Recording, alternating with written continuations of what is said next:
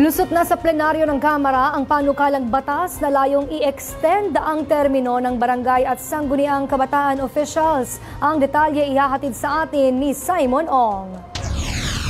Sa botong 153 na pabor, 4 na hindi pabor at 1 abstention, pasado na sa Kamara ang House Bill 11287. Layo nitong gawin 6 na taon ang dating 3 years term ng barangay at sangguniang kabataan officials. Ang naturang panukala ay para amyendahan ang Sections 42 at 43 ng Republic Act 7160 o mas kilala bilang Local Government Code of 1991.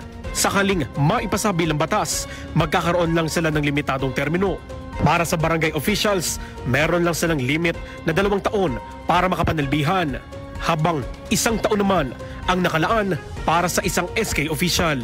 Batay rin sa naturang panukala, lahat ng kasalukuyang halal na barangay at SK official noong October 30, 2023 ay mananatili sa posisyon hanggang sa susunod na pagsisimula ng synchronized elections. Isasagawa naman ito sa ikalawang Lunes sa darating na Mayo ng 2029.